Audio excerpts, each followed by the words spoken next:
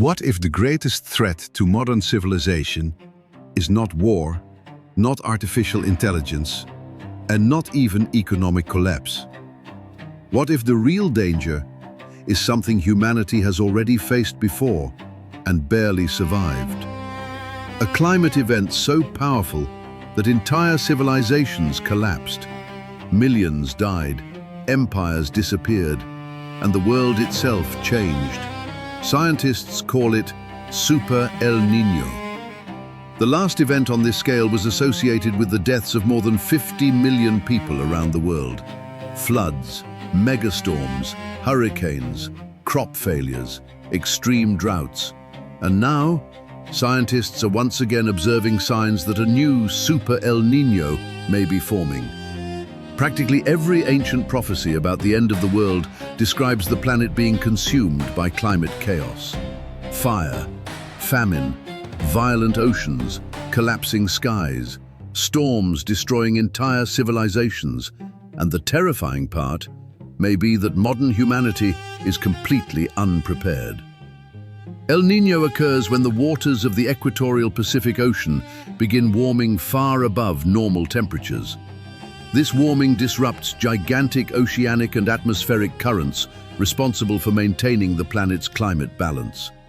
Rainfall patterns begin shifting, storm systems intensify, droughts emerge where water once existed in abundance, hurricanes gain strength, the entire global climate system starts behaving differently. But when this warming reaches extreme levels, it becomes something far more dangerous. A Super El Niño. Modern oceans are now hotter than almost any moment in recent history. The atmosphere contains more accumulated energy, polar ice has weakened, climate currents appear increasingly unstable, which means a modern Super El Niño could potentially trigger impacts even more extreme than the catastrophic events of the past. Between 1877 and 1878, a gigantic climate event struck the planet.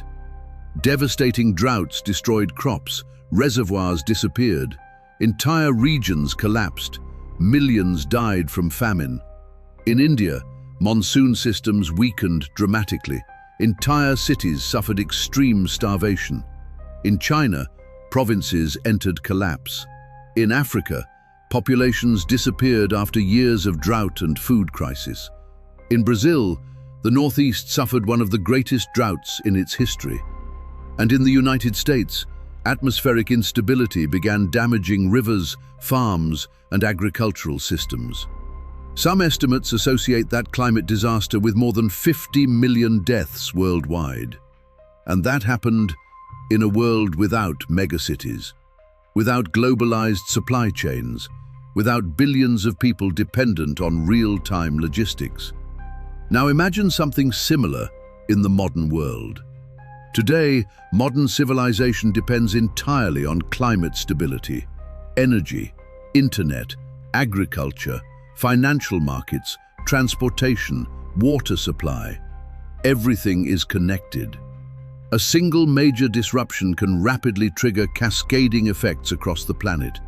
Economic crises, migration, famine, conflict, energy collapse. Megacities now exist along vulnerable coastlines. Billions of people depend on global supply chains. Entire nations depend on imported food. Markets operate in real time. Any major climate rupture could instantly generate global economic instability. In Brazil, multiple regions could enter simultaneous crisis. The Northeast faces the threat of severe drought, extreme heat, water shortages, agricultural collapse. The Amazon could suffer historic wildfires, rivers reaching critically low levels, smoke covering entire cities. Meanwhile, Brazil's center-west region, responsible for a major portion of global food production, could face catastrophic losses. Soybeans, corn, livestock. When agricultural regions collapse, global food prices rise, markets panic, inflation increases. Southern Brazil may face increasingly violent storms, cyclones and floods. And this is not limited to Brazil. In the United States, fear is centered around stronger hurricanes, billions in damage, insurance crises, agricultural droughts. In California, gigantic wildfires become increasingly common. In Europe, historic heat waves are beginning to terrify scientists. In Africa, famine and water shortages continue growing. In India, billions depend directly on monsoon stability for food and water. In Australia, apocalyptic fires have already transformed entire regions into unrecognizable wastelands. As fear spreads, other theories begin gaining strength. Geoengineering, atmospheric control, climate manipulation, and one specific acronym appears repeatedly in conspiracy discussions around the world: HAARP, High Frequency Active Auroral Research Program. Officially, the project was created by the United States to study Earth's ionosphere, the atmospheric layer responsible for influencing radio signals, communications, and electromagnetic phenomena.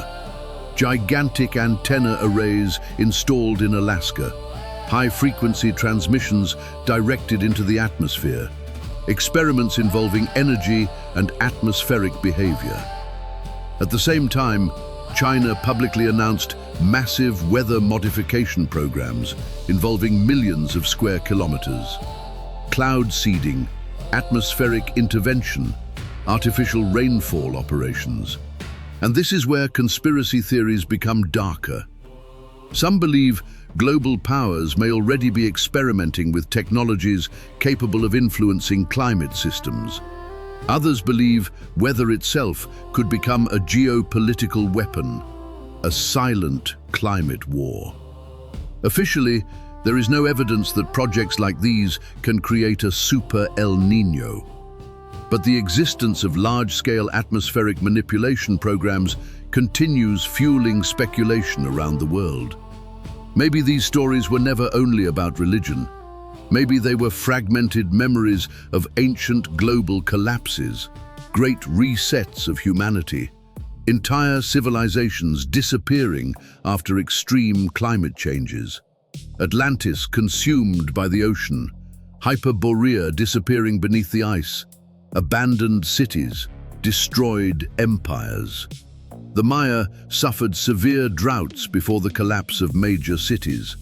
The Aztecs spoke about the end of world cycles, and the Bible describes eerily similar signs before the apocalypse: famine, fire, violent oceans, drying rivers.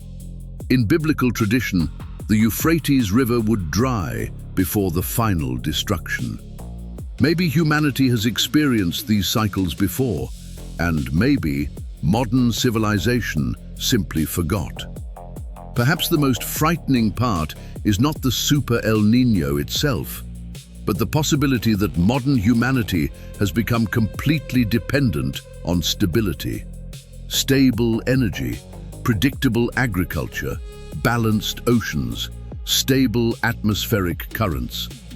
The modern world was built assuming the climate would remain relatively predictable, but the planet now appears increasingly unstable.